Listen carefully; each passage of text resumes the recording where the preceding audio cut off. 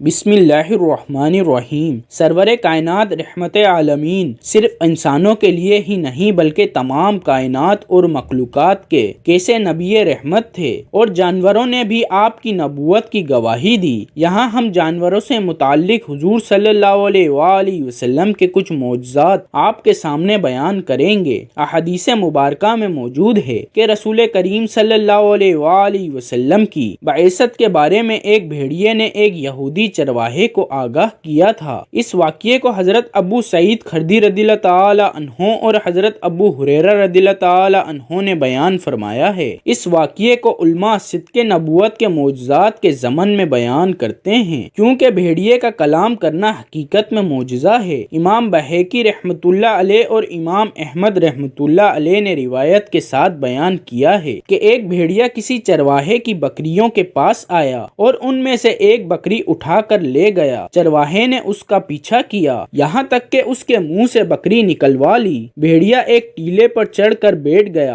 اور کہنے لگا، تم نے میرے منہ سے وہ رزق چھین لیا ہے جو اللہ تعالی نے مجھے عطا کیا تھا۔ اس چرواہے نے کہا، باخدا میں نے آج سا دن پہلے کبھی نہیں دیکھا تھا کہ بھیڑیا باتیں کر رہا ہے۔ بھیڑیے نے جواب دیا، اس سے بھی عجیب بات یہ ہے کہ ایک آدمی یعنی حضور اکرم صلی اللہ علیہ وآلہ وسلم دو میدانوں کے درمیان واقعہ نخلستانوں یعنی مدینے میں بیٹھا، جو کچھ ہو چکا اور جو ہونے والا ہے اس کی خبریں لوگوں کو دے رہا ہے۔ چرواہا یہودی تھا، وہ نبی اکرم صلی اللہ علیہ وآلہ وسلم کی خدمت میں حاضر ہو کر مشرف با اسلام ہو گیا، اور پھر اس نے آپ صلی اللہ علیہ وآلہ وسلم کو اس واقعے کی خبر دی۔ حضور نبی اکرم صلی اللہ علیہ وآلہ وسلم نے اس کی تصدیق کی اور پھر فرمایا، یہ قیامت سے قبل واقعہ ہونے والی نشانیوں میں سے ایک نشانی ہے۔ وہ وقت قریب ہے کہ ایک آدمی اپنے گھر سے نکلے گا، اس کی واپسی پر اس کے جوتے اور اس کا جابک اسے بتائیں گے کہ اس کے گھر والوں نے اس کے بعد کیا کیا۔ ایک بار آپ صلی اللہ علیہ وآلہ وسلم نماز پڑھ کر باہر نکل رہے تھے، سامنے کیا دیکھتے ہیں کہ 100 بھیڑیے قطار میں بیٹھے ہوئے ہیں۔ ان بھیڑیوں نے آپ صلی اللہ علیہ وآلہ وسلم کو دیکھا تو اپنی زبان میں بولنا شروع کیا۔ آپ صلی اللہ علیہ وآلہ وسلم نے اس وقت اپنے اصحاب سے فرمایا کہ آپ کو خبر ہے کہ یہ بھیڑیے کیا کہہ رہے ہیں؟ تو اصحاب رضی اللہ تعالی عنہ نے جواب دیا کہ یا رسول اللہ صلی اللہ علیہ وآلہ وسلم، ہمیں نہیں معلوم۔ صحابہ کرام رضی اللہ تعالی عنہ کی بات سن کر حضور صلی اللہ علیہ وآلہ وسلم نے فرمایا، یہ بھیڑیے کہہ رہے ہیں کہ آپ صلی اللہ علیہ وآلہ وسلم کے اصحاب کی بکریاں کھانے کو ہمارا دل نہیں کرتا، لیکن ہمارا رزق ہی یہی بکریاں ہیں، تو ہم کیا کریں؟ آپ صلی اللہ علیہ وآلہ وسلم ایسا کریں کہ ہمارا کوٹا مقرر کر دیں، اس کے علاوہ ہم کسی کو ہاتھ نہیں لگائیں گے۔ تو اس وقت آپ صلی اللہ علیہ وآلہ وسلم نے صحابہ رضی اللہ تعالی عنہ سے فرمایا کہ بتاؤ اب کیا کیا جائے۔ صحابہ رضی اللہ تعالی عنہ عرض کرنے لگے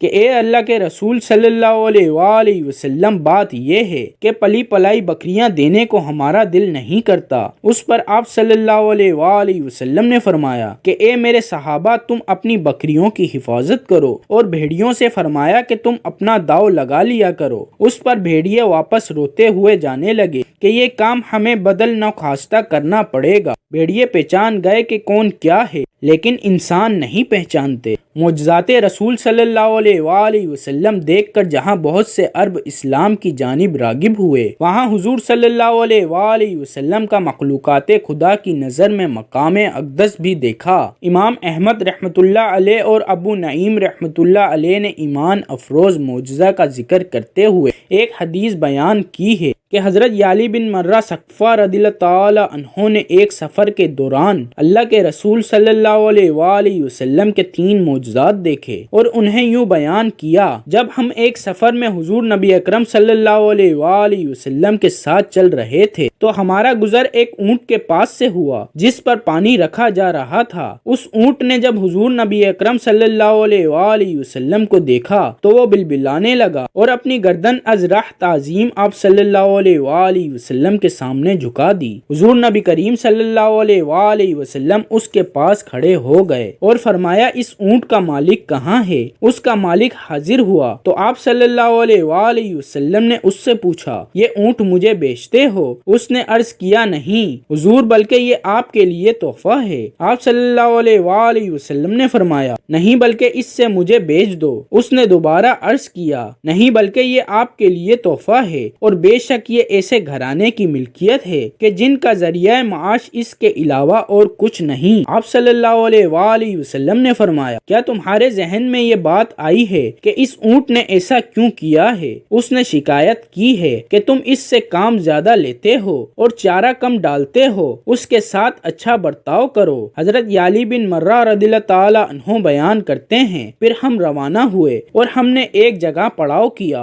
حضور نبی اکرم صلی اللہ علیہ وآلہ وسلم وہاں محو استراحت ہو گئے۔ اتنے میں ایک درخت زمین کو چیرتا ہوا آیا اور آپ صلی اللہ علیہ وآلہ وسلم پر سایہ فگن ہو گیا، پھر کچھ دیر بعد واپس اپنی جگہ پر چلا گیا۔ جب حضور صلی اللہ علیہ وآلہ وسلم بیدار ہوئے تو میں نے آپ صلی اللہ علیہ وآلہ وسلم سے اس واقعے کا ذکر کیا۔ آپ صلی اللہ علیہ وآلہ وسلم نے فرمایا اس درخت نے اپنے رب سے اجازت طلب کی تھی کہ وہ اللہ تعالیٰ کے رسول صلی اللہ علیہ وآلہ وسلم کی بارگاہ میں سلام عرض کرنا چاہتا ہے، بس اللہ نے اسے اجازت دے دی۔ پھر ہم وہاں سے آگے چلے اور ہمارا گزر پانی پر سے ہوا۔ وہاں ایک عورت تھی اور اس کے ساتھ اس کا بیٹا بھی تھا جسے جن چمٹے ہوئے تھے۔ اسے لے کر حضور صلی اللہ علیہ وآلہ وسلم کی بارگاہ میں حاضر ہوئی۔ آپ صلی اللہ علیہ وآلہ وسلم نے اس لڑکے کی ناک کا نتنا پکڑ کر فرمایا نکل جاؤ، میں محمد اللہ کا رسول۔ حضرت یعلی بن مرہ رضی اللہ تعالی عنہ بیان کرتے ہیں پھر ہم آگے بڑھے۔ جب ہم اپنے سفر سے واپس لوٹے تو ہم دوبارہ اسی پانی کے پاس سے گزرے، بس وہی عورت حضور صلی اللہ علیہ وآلہ وسلم کے پاس بھنا ہوا گوشت اور دودھ لے کر حاضر خدمت ہوئی۔ آپ صلی اللہ علیہ وآلہ وسلم نے بھنا ہوا گوشت واپس کر دیا اور اپنے صحابہ رضی اللہ تعالی عنہ کو ارشاد فرمایا تو انہوں نے دودھ میں سے کچھ پی لیا۔ پھر آپ صلی اللہ علیہ وآلہ وسلم نے اس بچے کے متعلق پوچھا تو اس نے جواب دیا قسم ہے اس ذات کی جس نے آپ کو حق کے ساتھ معبوس کیا۔ اس کے بعد ہم نے اس میں کبھی اس بیماری کا شبہ تک نہیں پایا۔